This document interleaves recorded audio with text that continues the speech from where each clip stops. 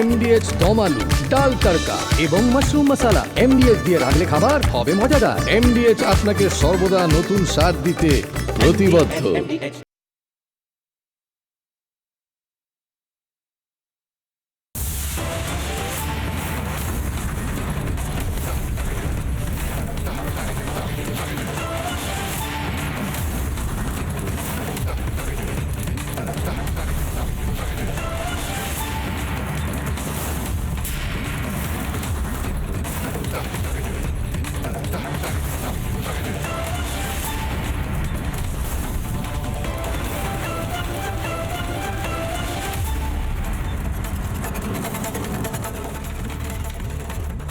নমস্কার, আমি ময়ূক রঞ্জন ঘোষ। আশা করি আপনারা প্রত্যেকে ভালো আছেন। একটা ছোট্ট বিরতির পর আবার আমি ফিরে এলাম। মাঝে কিছুদিন নিজের ব্যক্তিগত কাজে অসম সহ উত্তর পূর্ব ভারতে গেছিলাম। অসমে ব্যাপক উন্নয়ন, সেই উন্নয়ন ডাবল ইঞ্জিন সরকারের উন্নয়ন কাকে বলে সেটা দেখে এলাম, সচক্ষে দেখে এলাম। এবং তারপর আজ যখন আমি প্রধানমন্ত্রী নরেন্দ্র মোদী তার ভাষণ শুনছিলাম, প্রধানমন্ত্রী নরেন্দ্র মোদী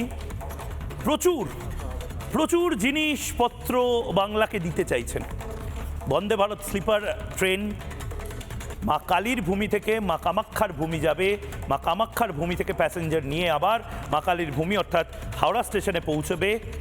সমস্ত কিছু দেখছিলাম, আমি অবাক হচ্ছিলাম যে আসলে আমরা কি এগুলো ডিজার্ভ করি? আর যদি এগুলো আমরা ডিজার্ভ করি তাহলে এবার আমাদের শপথ নিতে হবে।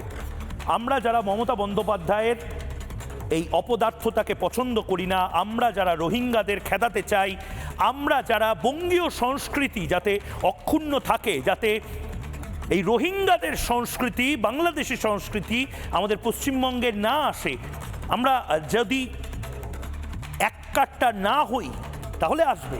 কিন্তু আমরা যারা চাই বাংলাটা আমাদেরই হোমল্যান্ড থাকুক, তাহলে তাদেরকে একটা শপথ নিতে হবে, অনুপ্রবেশকারী খেদাতে হবে। কারণ অনুপ্রবেশকারী যত বাড়বে তত বেলডাঙার মতন ঘটনা ঘটবে, অনুপ্রবেশকারী যত বাড়বে তত ফারাক্কার মতন ঘটনা ঘটবে। ফারাক্কায় যে ঘটনাটা ঘটানো হয়েছে এগুলো কেউ ভারতীয় নয়, পেছনে বাংলাদেশি অনুপ্রবেশকারীদের হাত রয়েছে।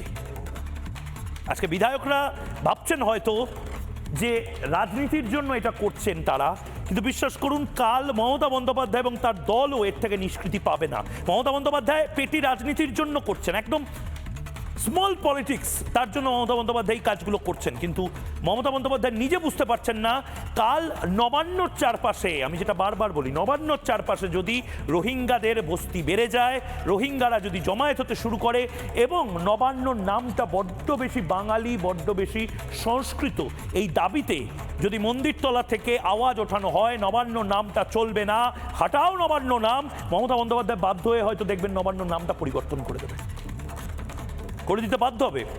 হঠাৎ করে যদি দাবি ওঠে যে না মধ্যপ্রাচ্যের কোনো ভাষার নামকরণ করা হোক, আমার ভাল লাগছে না, সংস্কৃত নাম, সংস্কৃত মানে হিন্দুত্ব, হিন্দুত্ব মানে চলবে না, নবান্ন নামটা পরিবর্তন, মমতা বন্দ্যোপাধ্যায় দেখবেন হয়তো এমন দিনকাল পড়ছে নবান্ন নামটাও পরিবর্তন করতে বাধ্য হবে।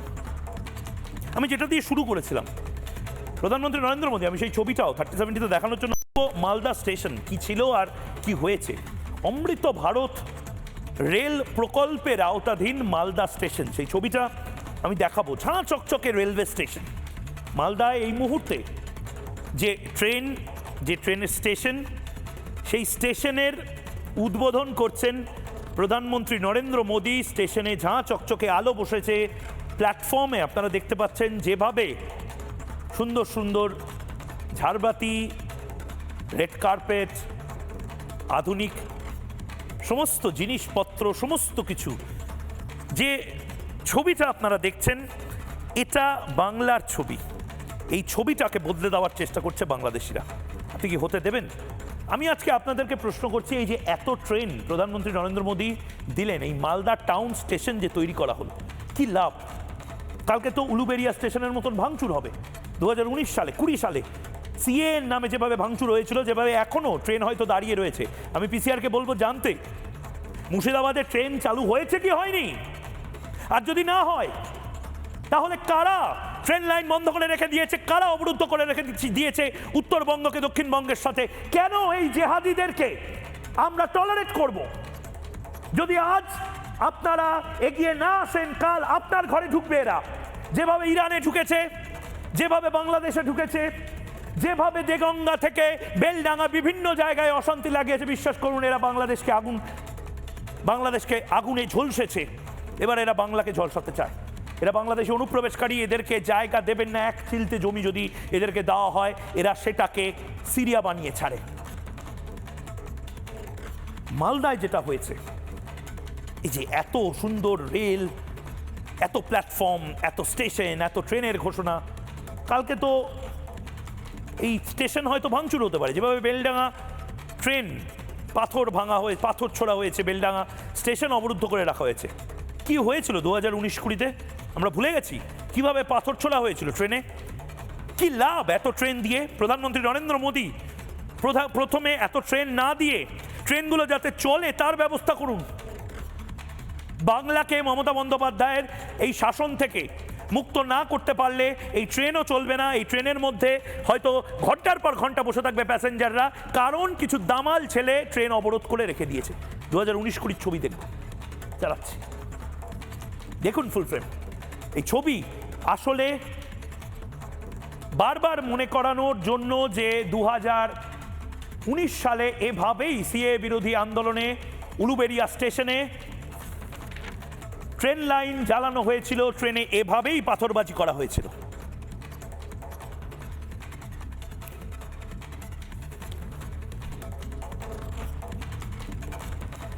এটা 2019-এর ছবি। গ্যারান্টি দিয়ে বলতে পারছেন যে 2026 সালে মালদায় এর পুনরাবৃত্তি হবে না? আজকে যখন মালদায় এই Vande Bharat sleeper class train প্রধানমন্ত্রী নরেন্দ্র মোদী দিয়ে যাচ্ছেন, আমরা প্রধানমন্ত্রী নরেন্দ্র মোদীকে কি আশ্বস্ত করতে পারছি যে না, প্রধানমন্ত্রী নরেন্দ্র মোদী আমরাও এককাট্টা হয়ে বাংলাদেশি অনুপ্রবেশকারীদের বিরুদ্ধে লড়বো? পারছি কি? মনে হয় না। যদি পারতাম তাহলে এতক্ষণে মোমবাতি মিছিল শুরু হয়ে যেত, এতক্ষণে প্রতিবাদে গর্জে উঠত বুদ্ধিজীবীরা। স্কুল কলেজ থেকে ছেলেমেয়েরা কলকাতার রাজপথে নেমে শান্তিপূর্ণভাবে মোমবাতি হাতে বলতো যে অবিলম্বে বেলডাঙ্গা স্টেশনটাকে জেহাদি মুক্ত করা হোক, নয় তো আমাদের বাংলা আর থাকবে না বলেছে। তারা প্যালেস্টাইন নিয়ে চিন্তিত। এর পরের ছবি দেখাবো বেলডাঙ্গার কিছুটা দূরে মালদায় ভারতের প্রথম স্লিপার ক্লাস বন্দে ভারতের উদ্বোধন হলো। যে বললাম মা কালীর ভূমি থেকে মা কামাক্ষার ভূমি অবধি। মা কামাক্ষার ভূমি কিন্তু বুঝেছে, সচেতন হয়েছে। মা কামাক্ষার ভূমি, মা বগলামুখীর ভূমি, দশ মহাবিদ্যার ভূমি অসম। সেই অসমে তারা প্রতিজ্ঞা করেছে একটাও বাংলাদেশি অনুপ্রবেশকারীকে রাখবে না। কিন্তু মা কালীর ভূমির কি হবে? যেই বন্দে ভারত ট্রেন, সেই ট্রেনের ছবিটাও আমরা চালাচ্ছি, দেখুন ফুল ফ্রেমে। সুখেন্দু আমাদের প্রতিনিধি সেখানে গেছিল বন্দে ভারত ট্রেনের মধ্যে। সেই বন্দে ভারত যে ট্রেনটা, সেই ট্রেনের ভেতরের ছবিটা দেখি, এবং সুখেন্দু আমাদের প্রতিনিধি সে ভেতরের কি সুন্দর ছবি তুলে ধরেছে, একবার শোনাই। বন্দে ভারত স্লিপারের এসি 2 টায়ারের একটি কূপ যেখানে রয়েছে, যেখানে আপনি খুব সহজে একেবারে ওভারনাইট জার্নির জন্য যে ব্যবস্থাপনা, সেই ব্যবস্থাপনা এখানে রয়েছে। এখানে বসার ব্যবস্থা, এসি 2 টায়ারের এই সিট, এখানে জলের বোতল এবং অন্যান্য সমস্ত জিনিসপত্র রাখতে পারবেন। একাধিক অ্যাটেন্ডেন্টকে কল করার জন্য সুইচ রয়েছে, একই সঙ্গে বিভিন্ন লাইট এবং ফ্যানের লাইটের যে সমস্ত সুইচ সমস্ত রয়েছে নিয়ন্ত্রণ করতে পারে। এখানে আয়না রয়েছে এবং একই সঙ্গে এখানে স্ক্রিন রয়েছে। To press the button, lift the cover upwards, to stop the train press the button, button প্রেস করার ব্যবস্থাপনা রয়েছে। এবং দুটি কূপ, লোয়ার বার্থ এবং আপার বার্থ, এবং আপার বার্থে ওঠার জন্য বিশেষ সিঁড়িও রয়েছে। সেই যে সিঁড়ি দিয়ে আপনি খুব সহজে উঠে যেতে পারবেন এই আপার বার্থে, অর্থাৎ 2 টায়ারের যে আপার বার্থ, সেই সিঁড়ি দিয়ে আপনি উঠে সহজে চলে আসতে পারবেন এই আপার বার্থে। এবং যে কথাটা বলছিলাম যে এই অন্যান্য ট্রেনে যে সমস্ত ব্যবস্থা থাকে তার তুলনায় অনেক অনেক অত্যাধুনিক এবং যাত্রী স্বাচ্ছন্দ্যের কথা মাথায় রেখে এই বন্দে ভারত স্লিপার ট্রেনের যে টু টায়ার সেই টু টায়ার কূপ এইভাবেই তৈরি করা হয়েছে, যেখানে সিঁড়ি দিয়ে খুব সহজে আপনি আপার বার্থে উঠে পড়তে পারবেন এবং একই সঙ্গে লোয়ার বার্থে একটা স্পেসিয়াস অনেকটা জায়গা জুড়ে আপনি খুব সহজে ওভারনাইট জার্নি করতে পারবেন। এবং একই সঙ্গে সবচেয়ে গুরুত্বপূর্ণ যে বিষয়টা সেটা হলো এই বন্দে ভারত স্লিপার ট্রেনে ওভারনাইট জার্নি করতে করতে আপনি কিন্তু স্নান করতে পারবেন। শাওয়ারের ট্রেন চলবে গতিতে এবং শাওয়ারের নিচে দাঁড়িয়ে আপনি খুব সহজেই স্নান করতে পারবেন।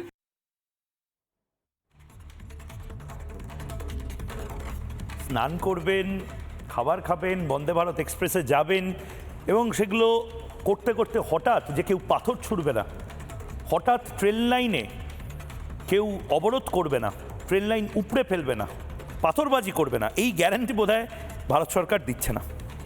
ভারত সরকার বা রেল পুলিশ তারা আজকে চিঠি লিখেছে, আমরা সেই খবর ব্রেক করেছি জানেন তো। আজকে কালিয়াচক থানা এবং অন্যান্য থানাকে রীতিমতো চিঠি দিয়ে বলা হয়েছে আমাদের কাছে ইন্টেলিজেন্স রিপোর্ট আছে, বন্দে ভারত ট্রেনে পাথর ছোড়া হতে পারে, আপনারা এক্সট্রা ফোর্স দিন। ভাবুন কাদের জন্য বন্দে ভারত এক্সপ্রেস তৈরি হচ্ছে।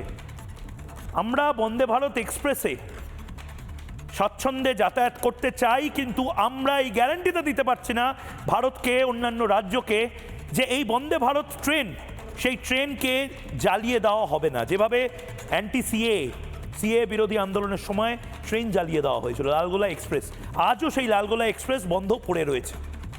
কারণ কিছু জনের মনে হয়েছে খুব সহজে বাংলাতে ট্রেন অবরোধ করে দেওয়া যায়, যে ট্রেন চিকেন স্নেক অবধি যায়।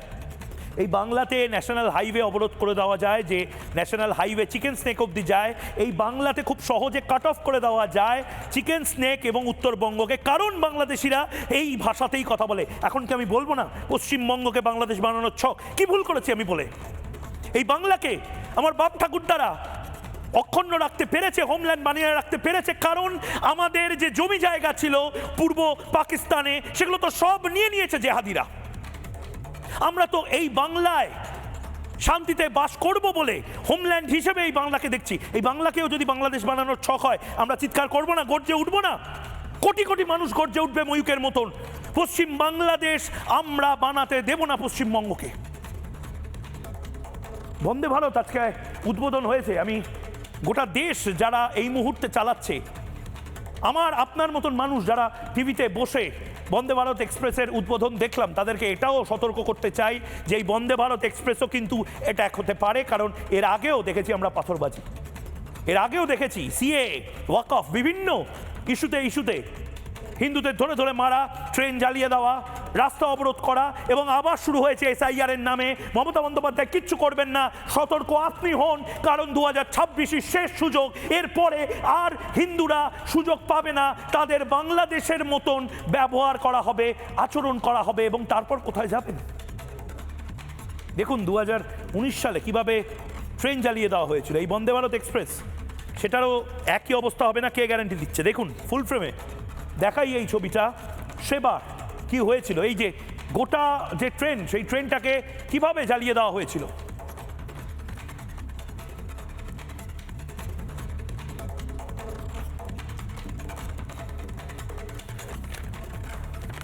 যে ছবিটা এই মুহূর্তে দেখছেন উলুবেড়িয়ার ছবি, ঠিক সেরকমই ট্রেন জ্বালানোর ছবি। সেই ট্রেন জ্বালানোর ছবিও দেখুন, ট্রেনে পাথর মারা।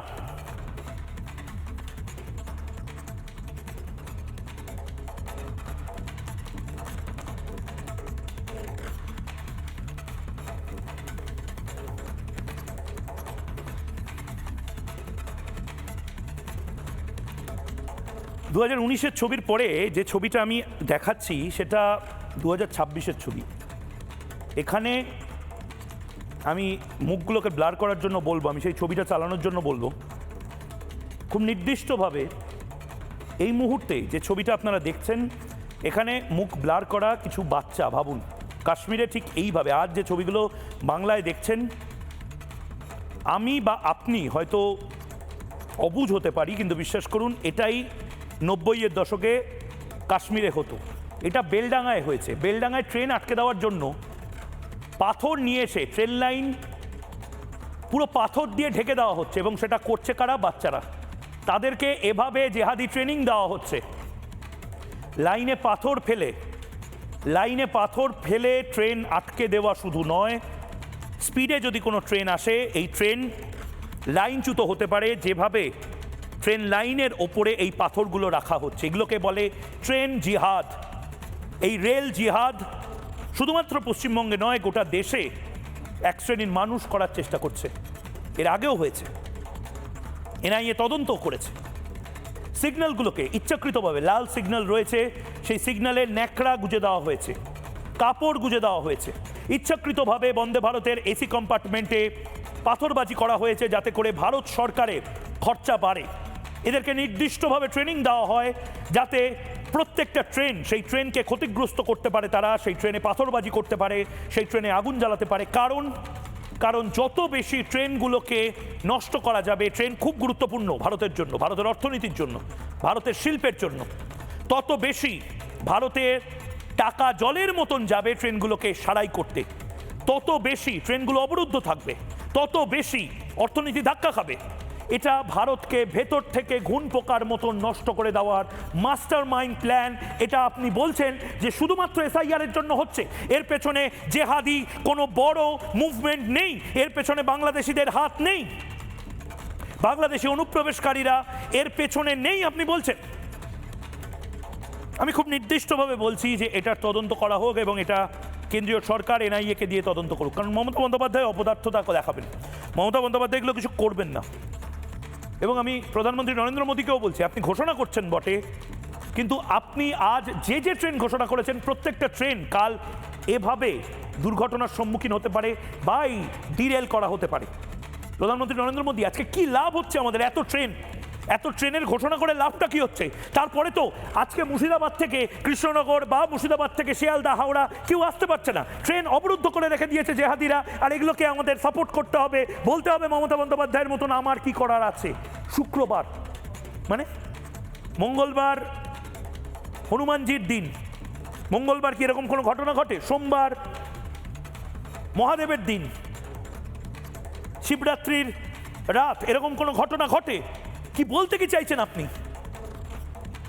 এটাকে বন্ধ করুন। এই সরকার চলছে না, এই সরকার কোল্যাপস করে গেছে এবং সরকার নিজেও জানে এই সরকার আর টিকবে না। তাই জন্য মমতা বন্দ্যোপাধ্যায় মাস্টার প্ল্যান করছেন। কি সেটা অতিথিরা আসলে বলবো, কিন্তু তার আগে প্রধানমন্ত্রী নরেন্দ্র মোদী এতগুলো ট্রেন ঘোষণা করেছেন, একবার শুনুন আর ভাবুন যে এই ট্রেনগুলো তো পাথরবাজি হবে না তো। দেখুন, आज पश्चिम बंगाल सहित देश में 150 से अधिक वंदे भारत ट्रेनें चल रही है। इसके साथ साथ आधुनिक और तेज गति की ट्रेनों का पूरा नेटवर्क बन रहा है और इसका बहुत बड़ा फायदा बंगाल के गरीब और मिडिल क्लास परिवारों को हो रहा है। साथियों, आज बंगाल को 4 और आधुनिक अमृत भारत एक्सप्रेस ट्रेनें मिली हैं। প্রধানমন্ত্রী নরেন্দ্র মোদী একের পর এক ট্রেনের ঘোষণা করছেন, কিন্তু ট্রেনগুলোকে সুরক্ষিত রাখার দায়িত্ব যার, ল অ্যান্ড অর্ডার, আইন শৃঙ্খলা বজায় রাখার দায়িত্ব যার, মমতা বন্দ্যোপাধ্যায়, তিনি বেলডাঙাকে জ্বলতে দিলেন।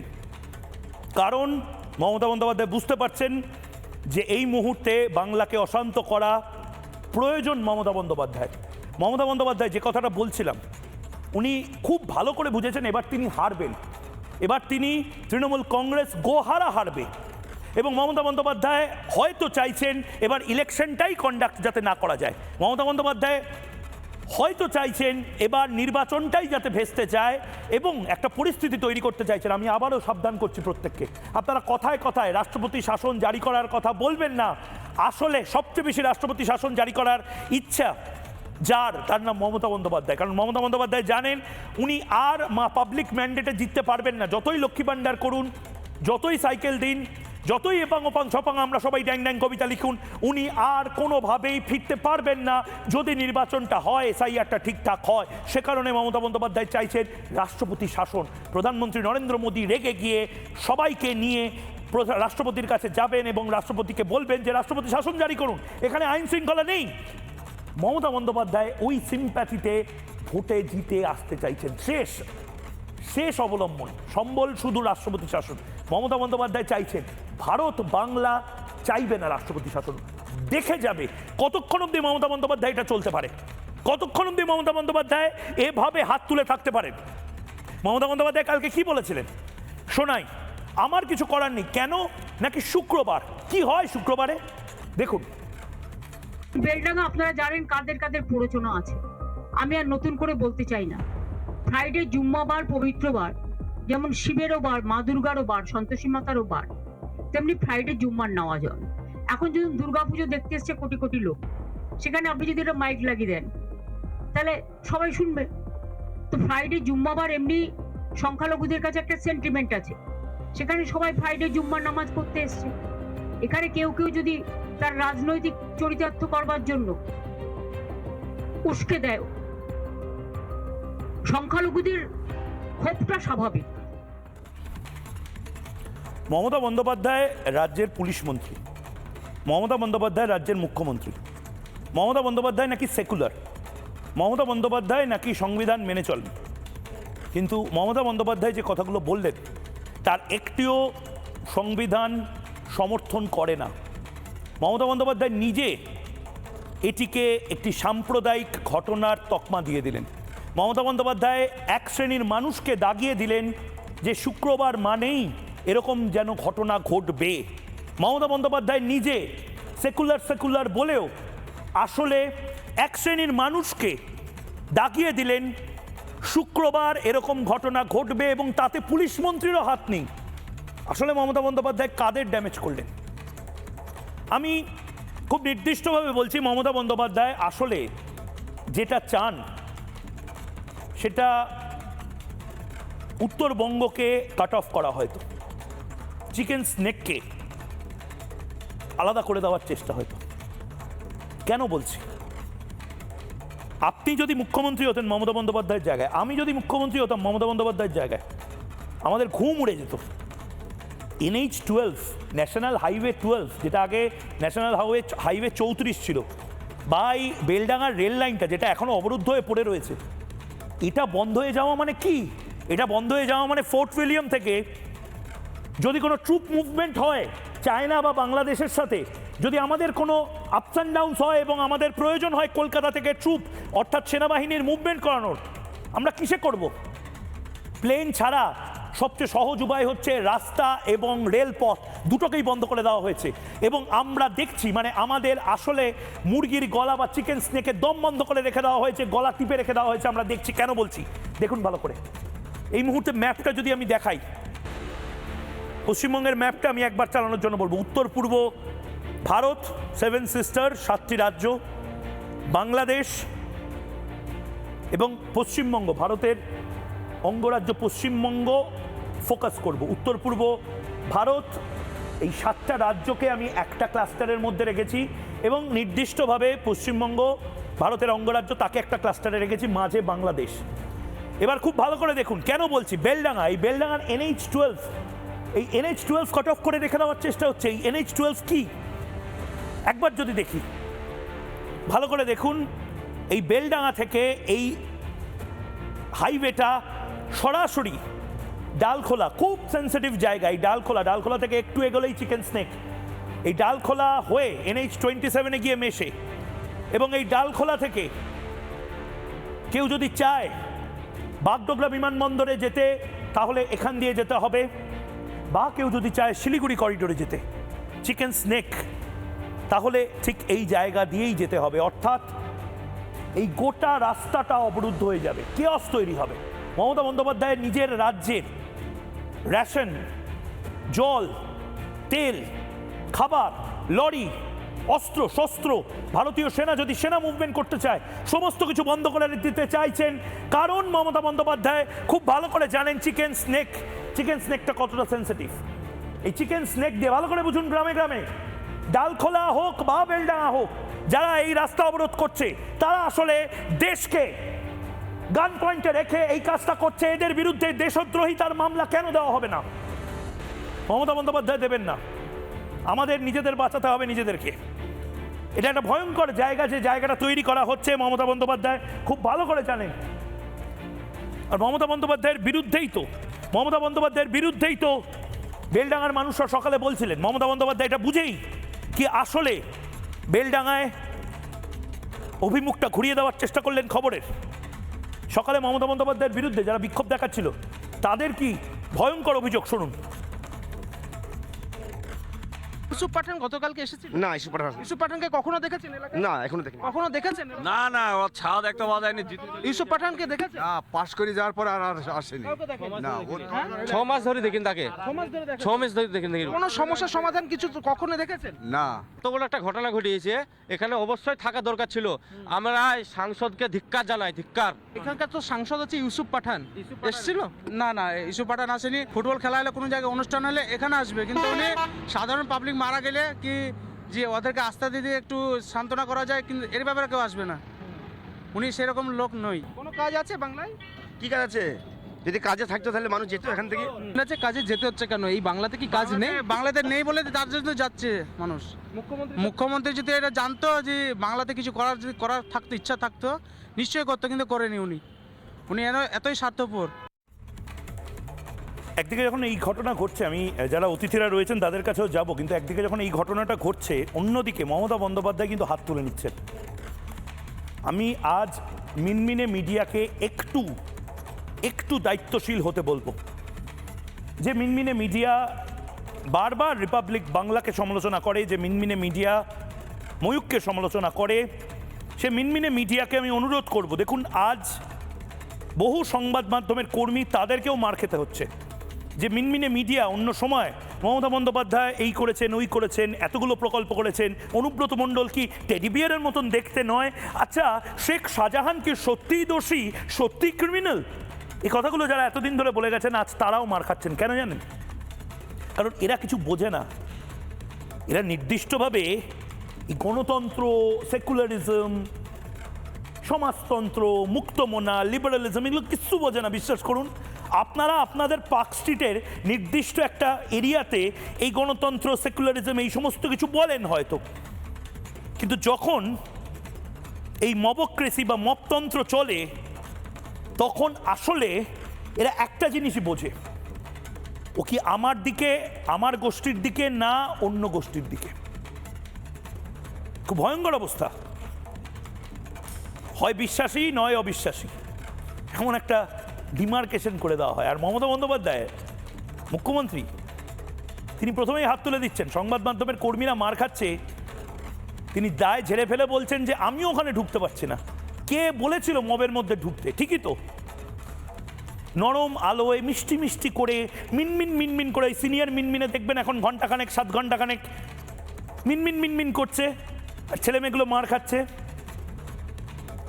একটাই কারণ, পক্ষ নেয়নি। মমতা বন্দ্যোপাধ্যায়ও পক্ষ নিচ্ছেন না। এই মবকে মাথায় করে রেখে দেওয়ার যে কি ভয়ঙ্কর কুফল হতে পারে, কিছুদিনের মধ্যেই হয়তো বাংলা বুঝবে। আমরা চাই না সেটা, তাই জন্য বারবার চিৎকার করছি। দেখুন মমতা বন্দ্যোপাধ্যায় কি বলেছিলেন।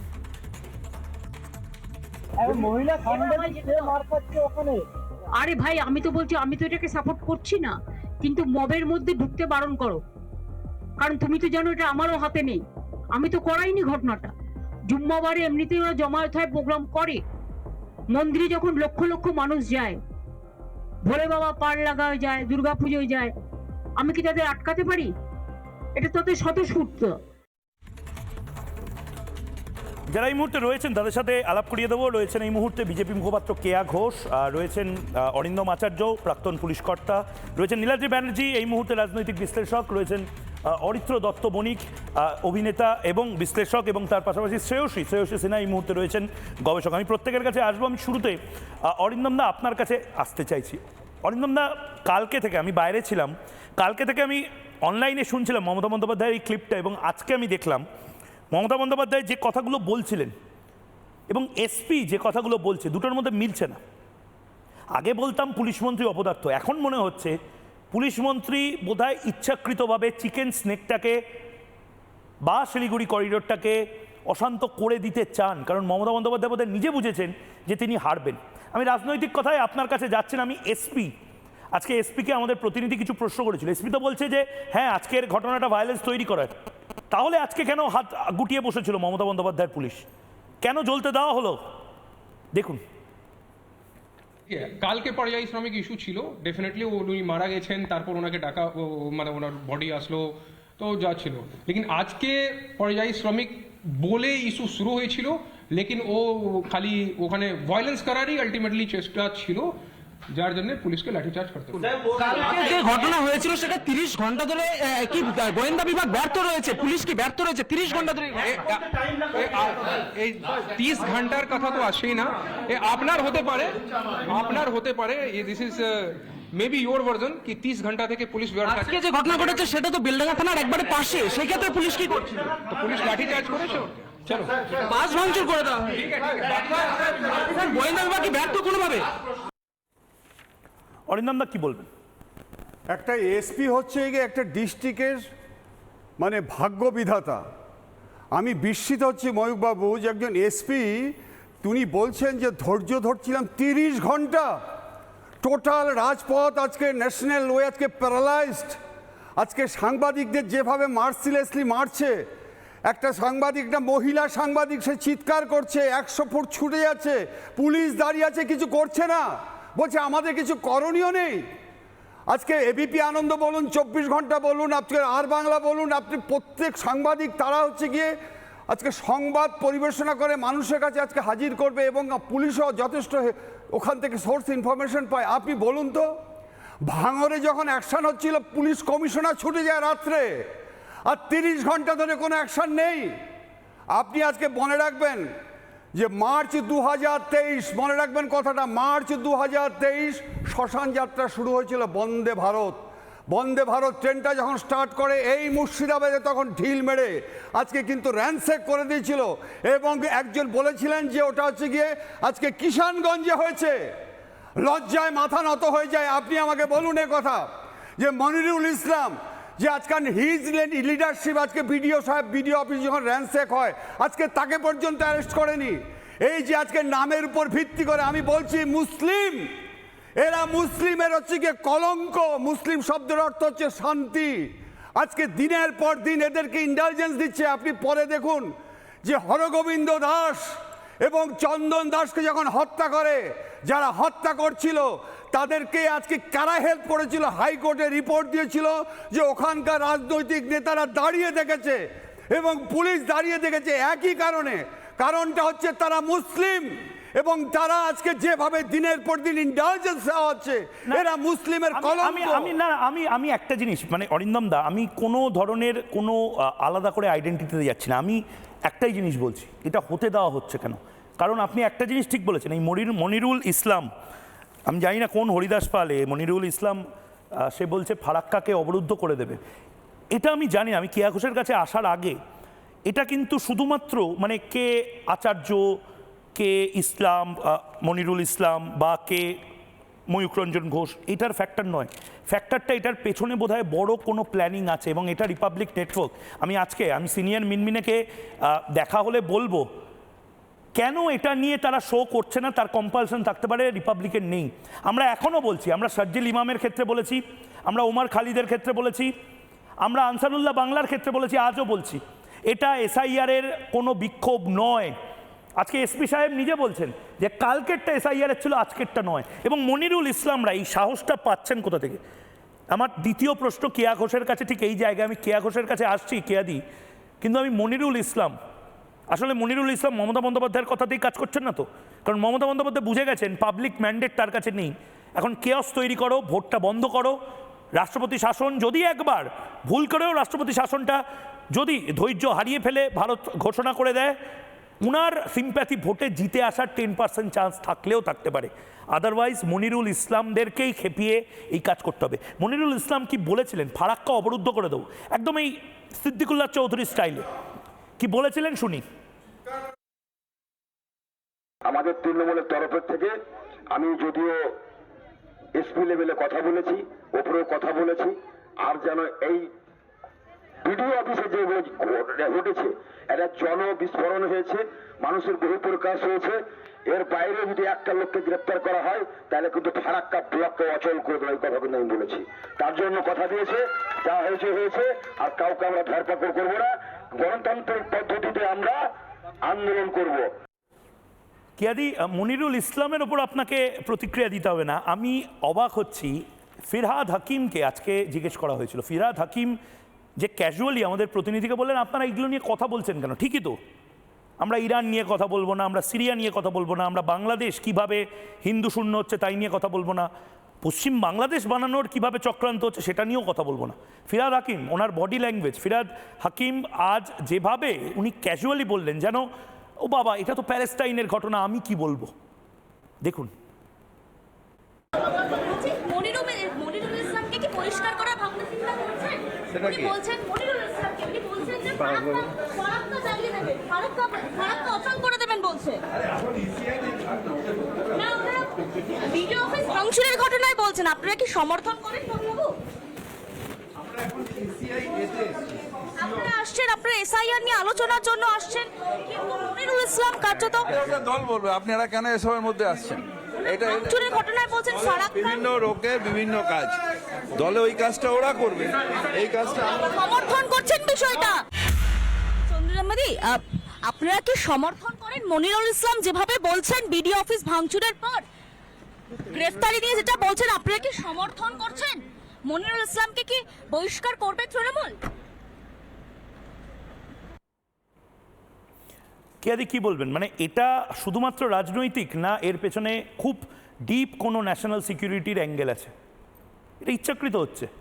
দেখুন, সবার আগে বলি, এই ফিরহাদ হাকিম বা চন্দ্রিমা ভট্টাচার্য, এদের এই চুপ করে থাকাটা, সাইলেন্সটাই অনেক কথা বলে দেয়। সাইলেন্স স্পিক্স 1000 ওয়ার্ডস, একটা কথা আছে। অর্থাৎ এদের চুপ করে থাকাটাই হাজার কেন লক্ষ কথা বলে দিচ্ছে।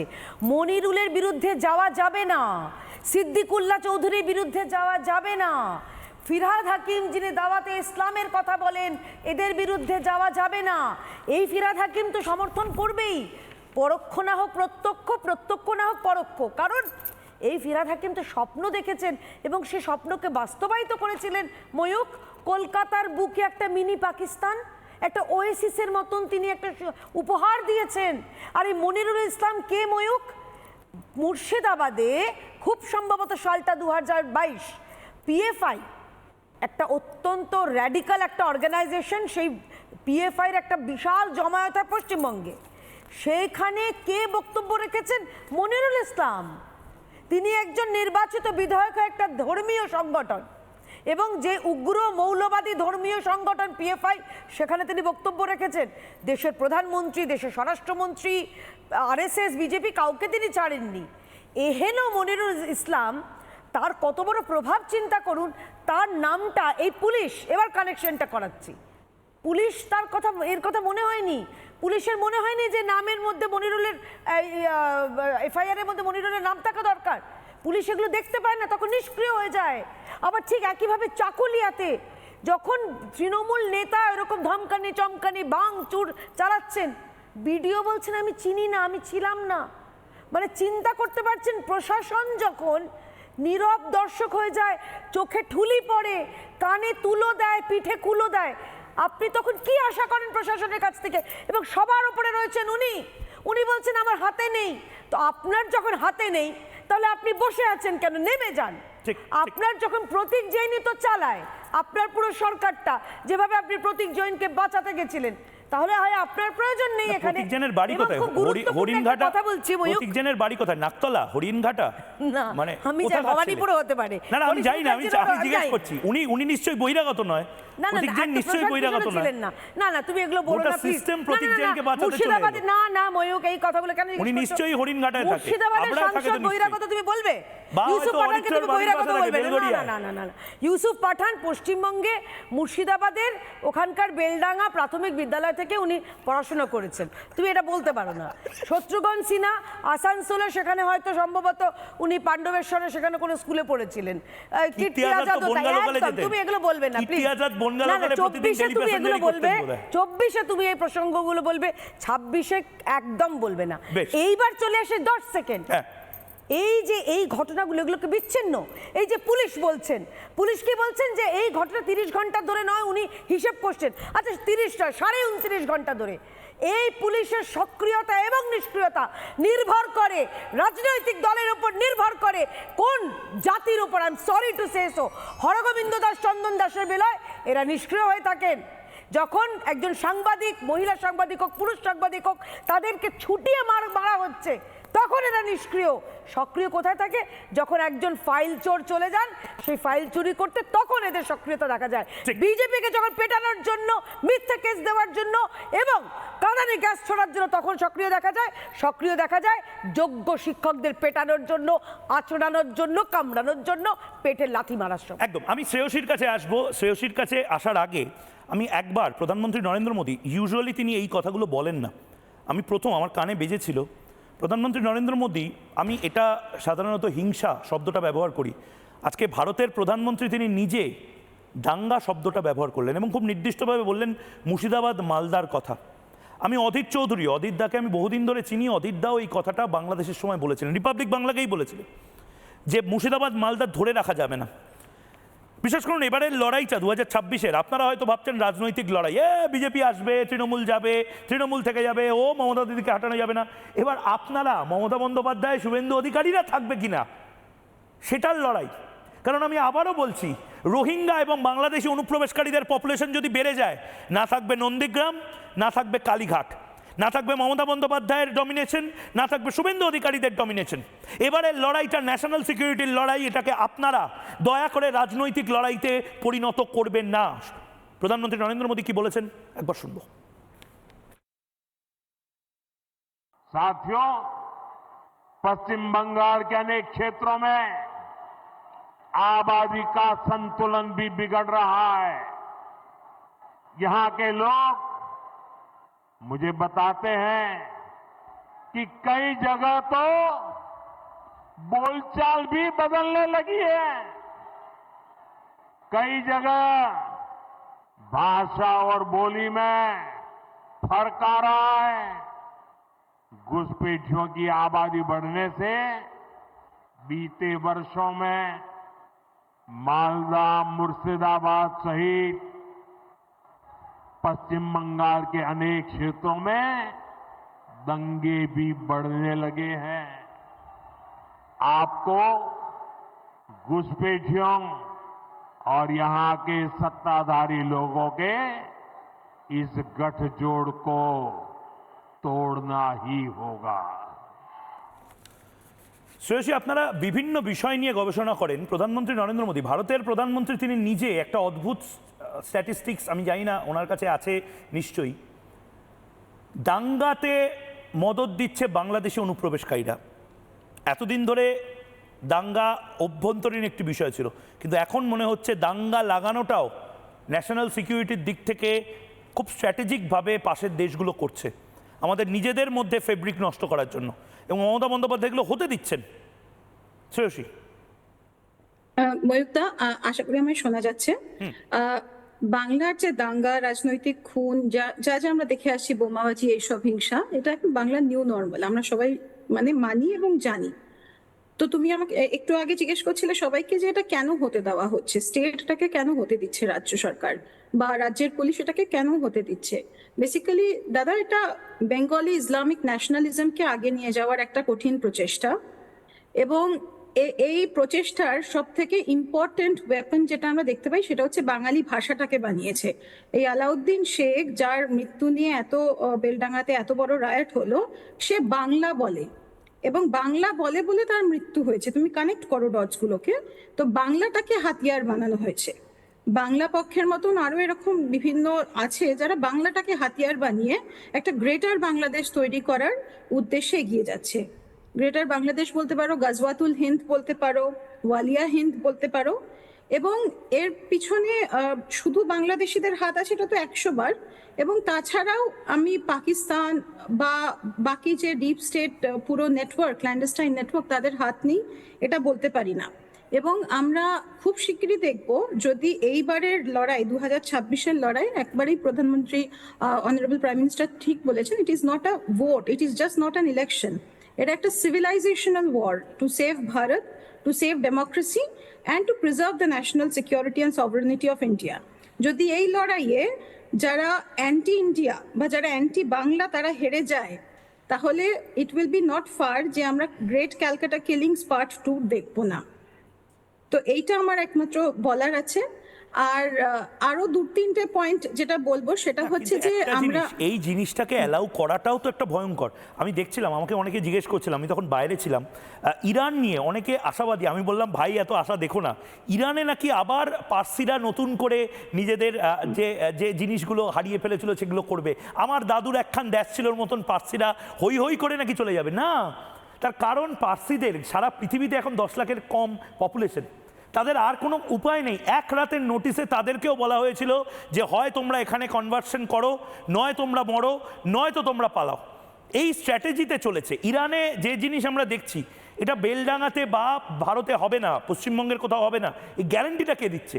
কারণ স্টেট গভর্নমেন্ট একদম সুরাবর্দির মতন 1946-এ সুরাবর্দি যেভাবে চুপচাপ দেখেছিল শিয়ালদা, বেলেঘাটা সমস্ত জায়গাতে এরকমভাবে কেটে কচুকাটা করা হচ্ছে, ঠিক সেই জিনিস তো এখনও হচ্ছে। এখান থেকে একটা কোনো মব ভায়োলেন্স কারোর বাড়িতে পৌঁছাবে না, এই গ্যারান্টিটা কে দিচ্ছে?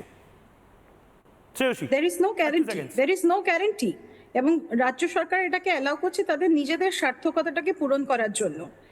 রাজ্য সরকার অ্যাপিসমেন্ট করছে। রাজ্য সরকার বুঝতে পারছে না এটার যে বৃহত্তর ইম্প্যাক্টটা, সেটাতে এরা সবাই যে নন এক্সিস্টেন্ট হয়ে যাবে এটা তারা বুঝতে পারছে না। তুমি একটা জিনিস দেখবে যে যখন এই SIR হওয়া শুরু করেছে, তখন ওই হাকিমপুর স্বরূপনগর ওই জায়গাটা দিয়ে চেকপোস্ট দিয়ে হাজার হাজার মানে অনুপ্রবেশকারী, ইললিগাল অনুপ্রবেশকারী ওখান থেকে বেরিয়েছে। তো ওরা যখনই ওদেরকে জিজ্ঞেস করা হয় যে অনুপ্রবেশকারী কি করে আসলো, ওরা BSF বহিরাগত এদের দোষ দিয়ে দেয়। ঠিক আছে, আমরা মেনে নিলাম, নাহলে BSF এর দোষ মেনে নিলাম for the time being given. কিন্তু তারা যে এখানে এত বছর ধরে ছিল, তারা যে সরকারি ওয়েলফেয়ার স্কিমগুলো নিচ্ছিল, তারা যে ভুয়ো ভোটার কার্ড, ভুয়ো বিভিন্ন রেশন কার্ড এসব বানিয়েছে, সেগুলো যারা বানিয়ে দিয়েছে তাদেরকে রাজ্য সরকার কল আউট করছে না কেন? এবং কারা এই জায়গা থেকেই একদম আমি মানে আলোচনাটা রাজনৈতিক জায়গার থেকেও বেশি আমি এক্সপেক্ট করেছিলাম আজকে এটাই হবে, এবং হওয়াটা জরুরিও। কারণ অন্য চ্যানেলগুলো রাজনৈতিক তরজা করছে। তৃণমূলের কাউকে একটা বসিয়েছে, সে বেলডাঙা থেকে ব্রাজিল অবধি সমস্ত কিছু বলবে, কিন্তু মমতা বন্দ্যোপাধ্যায় খুব ভালো প্রশাসক এটা বলবে। আমি আজকে এই আলোচনাটা চাই না। আমি অরিত্রকে এবং নীলাদ্রিদাকে এখনও রয়েছেন তারা, তাদের কাছে যাব। খুব স্পেসিফিক আলোচনা। অরিত্র সবাই রাজনৈতিক আলোচনা করবে, কিন্তু আমি বারবার সিঁদুরে মেঘ দেখছি। কারণ NH-12, আমি সেই ম্যাপটাও যদি চালানো যায় আরেকবার, NH-12 কেউ যদি চায় অবরুদ্ধ করে দিতে, মানে গলিগালা দিয়ে বলছি না, ট্রুপ মুভমেন্ট বন্ধ হয়ে যাবে ফোর্ট উইলিয়ামে যাওয়ার। এত প্লেন করে পাঠাতে হবে। ট্রেন যদি বন্ধ হয়ে যায়, মুর্শিদাবাদে কোনো এয়ারপোর্ট নেই, মানে আজ রাতে মুর্শিদাবাদ থেকে কাউকে যদি নিয়ে আসতে হয়, আমরা এখানে বড় বড় লেকচার দিচ্ছি, মমতা বন্দ্যোপাধ্যায় হাত তুলে দিয়েছেন, আজ রাতে অ্যাম্বুলেন্স যদি না হয় কাউকে পাস করতে দেবে না। পুলিশ দাঁড়িয়ে দাঁড়িয়ে দেখছে। এই এক গেম প্ল্যান হয়েছিল 1946-এ, এক গেম প্ল্যান হয়েছিল চিটাগংয়ে, এক গেম প্ল্যান হয়েছিল মানিকগঞ্জে। এভাবে এই পোগরম যেটাকে ইংরেজিতে বলে এবং বাংলাতে, এই গেম প্ল্যানটা যে তৈরি করার যে অভিসন্ধি, সেই অভিসন্ধিটা আবার যেন আমি বা আমরা দেখতে পাচ্ছি। সিঁদুরে মেঘ, চিকেন স্নেকটা আসলে টার্গেট, এবং আমাদের বারবার মনে হচ্ছে যে এটা ল্যাবরেটরি টেস্ট করা হচ্ছে। অরিত্র, দেখুন, মার্জনা করবেন, আপনার প্রোগ্রামে একটা বড় ত্রুটি আমি লক্ষ্য করলাম। আপনি অনেকক্ষণ ধরে এই সঞ্চালনা করলেন। আপনার আজকে অনুষ্ঠানের শুরুতেই যেটা করে দেওয়া উচিত ছিল, সেটা হচ্ছে বাংলার ডিজিপি রাজীব কুমারের UPI অ্যাড্রেসটা একটু হেডলাইনে দিয়ে দেওয়া উচিত ছিল, যাতে দেশের মানুষ প্রত্যেকে 1 টাকা করে ওনাকে তেল ভরার দামটা দিতে পারে। আমার মনে হয় যে ওনার তেলের টাকাটা ফুরিয়ে গেছে। সল্টলেকে আসার তেলের টাকাটা ছিল, কিন্তু মুর্শিদাবাদে গাড়ি করে যাওয়ার তেলের টাকাটা ওনার নেই। সেই কারণে আমরা আবেদন করছি নাগরিকরা, রাজীব কুমারের গাড়ির তেলের টাকাটা তোলার ব্যবস্থা করুন, যাতে উনি এই আইপ্যাকের অফিস থেকে গাড়িটাকে ঘুরিয়ে নিয়ে উনি কোনো রকমভাবে মুর্শিদাবাদে যেতে পারেন। দ্বিতীয় কথাটা হচ্ছে, দেখুন, এর মধ্যে কোনো রাগঢাকের ব্যাপার নেই। এখানে একটা বড় প্যাটার্ন আপনি যদি লক্ষ্য করেন, একদম একটা বাংলাদেশ মডেল এখানে চলছে, এবং বাংলাদেশ থেকে প্রত্যক্ষ বা পরোক্ষভাবে ফান্ডিং আসছে, যাতে এই জায়গায় একটা বিশৃঙ্খলা তৈরি করা যায়। আপনি দেখুন, মাঝে মধ্যেই মুর্শিদাবাদের সেই সমস্ত জায়গা যেই এলাকাগুলো বর্ডারের আশেপাশে রয়েছে, সেই জায়গাগুলোতে মাঝে মাঝে মধ্যেই এরকমভাবে একটা বিক্ষোভ চাগড়া দিয়ে উঠছে এবং আপনি প্যাটার্নটা লক্ষ্য করুন, বিক্ষোভ, ঘেরাও, এগুলো মানুষের অধিকার, মানুষের এটা একটা ফান্ডামেন্টাল রাইট, আমার প্রতিরোধ জানাতে পারি আমি। কিন্তু আপনি দেখুন যে এদের আক্রমণটা কিন্তু কতগুলো কমিউনিকেশন চ্যানেলের মধ্যে দিয়ে হচ্ছে। প্রথম তারা আগে দাবি করছে ইন্টারনেটটা ওখানে বন্ধ করো, তারপরে দেখুন পুলিশকে দিয়ে নিউজ রিপোর্টার এদেরকে ওখান থেকে সরিয়ে দেওয়ার ব্যবস্থা করছে, তারপরে এরা রেল লাইনকে অবরোধ করছে। এদের রেল লাইন অবরোধটা কিন্তু একটা তাৎপর্যপূর্ণ গুরুত্বপূর্ণ বার্তা, তার কারণ যোগাযোগ ব্যবস্থা যদি বন্ধ হয়ে যায়, বিদ্যুৎ যদি বন্ধ হয়ে যায়, রাস্তা যদি বন্ধ হয়ে যায়, তাহলে রাজনৈতিকভাবে সেই জায়গাটা বিচ্ছিন্ন হয়ে যাবে। এবং এই প্যাটার্নটা আপনি কিছুদিন আগে ওই হরগোবিন্দ দাস, তারপরে শামশেরগঞ্জ, তারপরে হুগলির চাপাদানি নাকি, আপনি দেখুন একটা কমন প্যাটার্ন। প্রথমে আগে রেল অবরোধ, তারপর সেখান থেকে কোথাও একটা আগুন জ্বালিয়ে দেওয়া, ইন্টারনেট বন্ধ, খবরের লোকেদেরকে মেরে পিটিয়ে হুমকি হুঁশিয়ারি দিয়ে ভাগিয়ে দেওয়া, এবং তারপর সেখান থেকে একটা দাঙ্গার একটা মোড়ক নেওয়া। আসলে দাঙ্গা না, এটাকে ভারত ভাগ করবার ছক। এবং আমি আপনাকে স্পষ্ট বলছি, আপনার হয়তো আপত্তি থাকতে পারে যে ইসলাম শব্দটা ইউজ করা নিয়ে, আমি মনে করছি মমতা বন্দ্যোপাধ্যায় এর জন্য 100% দায়ী। তার কারণটা কি, তিনি বাংলার মুসলিমদের সাথে প্রতারণা করে তাদের মধ্যে এই ক্ষোভটা তৈরি করেছেন। আজকে যে মুসলমানরা ভোট দিয়েছিলেন মমতা বন্দ্যোপাধ্যায়কে, তারা কিছু পাননি, তারা শিক্ষা পাননি, সুচিকিৎসা পাননি, চাকরি পাননি, ওবিসিতে অধিকাংশ জায়গায় সরকারি পোস্ট ফাঁকা। আজ পর্যন্ত একজন চিফ সেক্রেটারি বা ডিজিপির নাম বলতে পারবেন যিনি মুসলিম? আসলে মুসলমানদেরকে বোকা বানানো হয়েছে।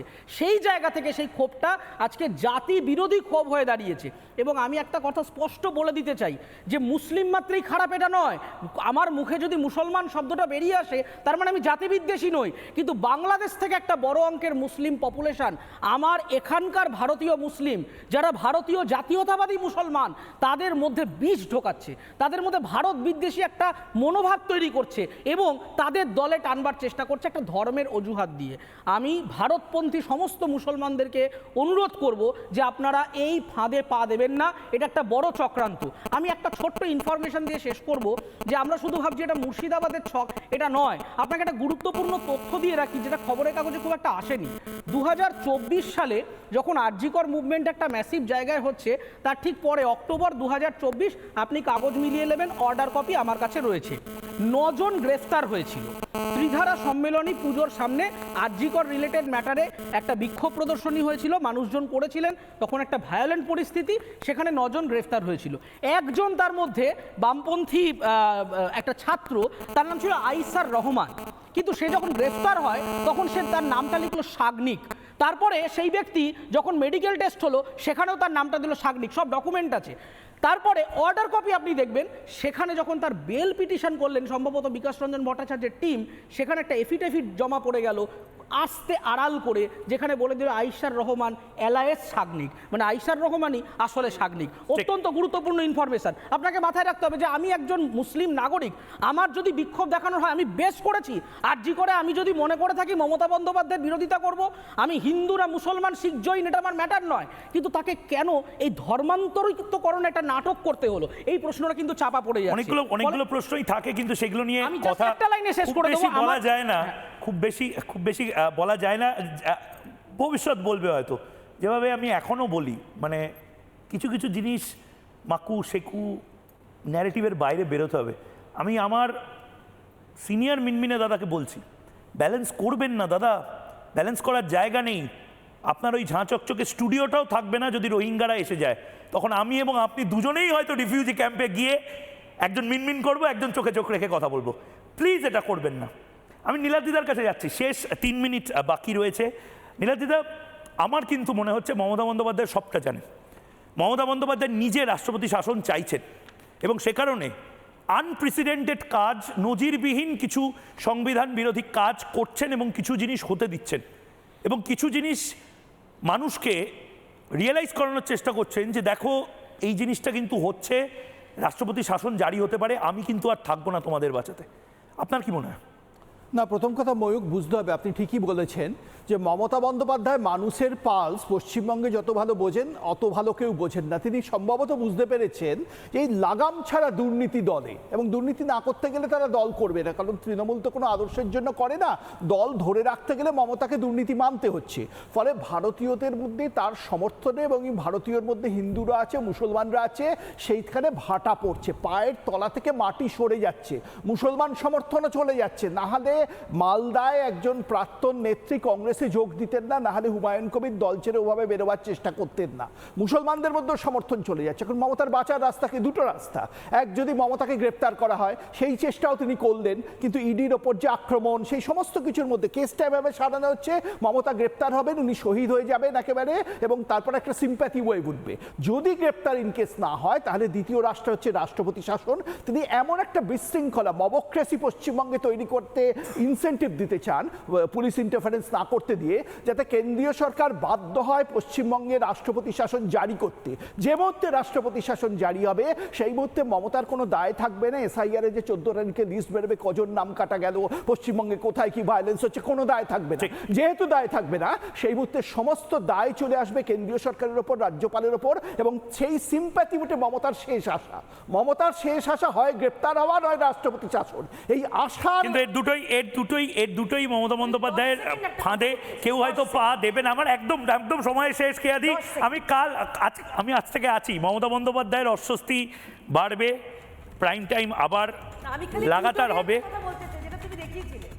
যে টিউটোরিয়াল হচ্ছে কিভাবে রেল অবরোধ করতে হয় ছোট ছোট বাচ্চাদের দিয়ে, এটাও বাংলার মানুষ দেখুক, এবং দেখুক যে অনুপ্রবেশকারীরা পশ্চিমবঙ্গে থাকলে যে বাচ্চাদের হাতে বই থাকার কথা, তাদের হাতে এখন পাথর জমছে, তারা রেল অবরোধ। এবং এটা নিয়ে লম্বা একটা ডিবেট করার প্রয়োজন। আমি একটা ছোট্ট বিরতি নিচ্ছি, বিরতির পর ফিরে আসছি, সঙ্গে থাকুন।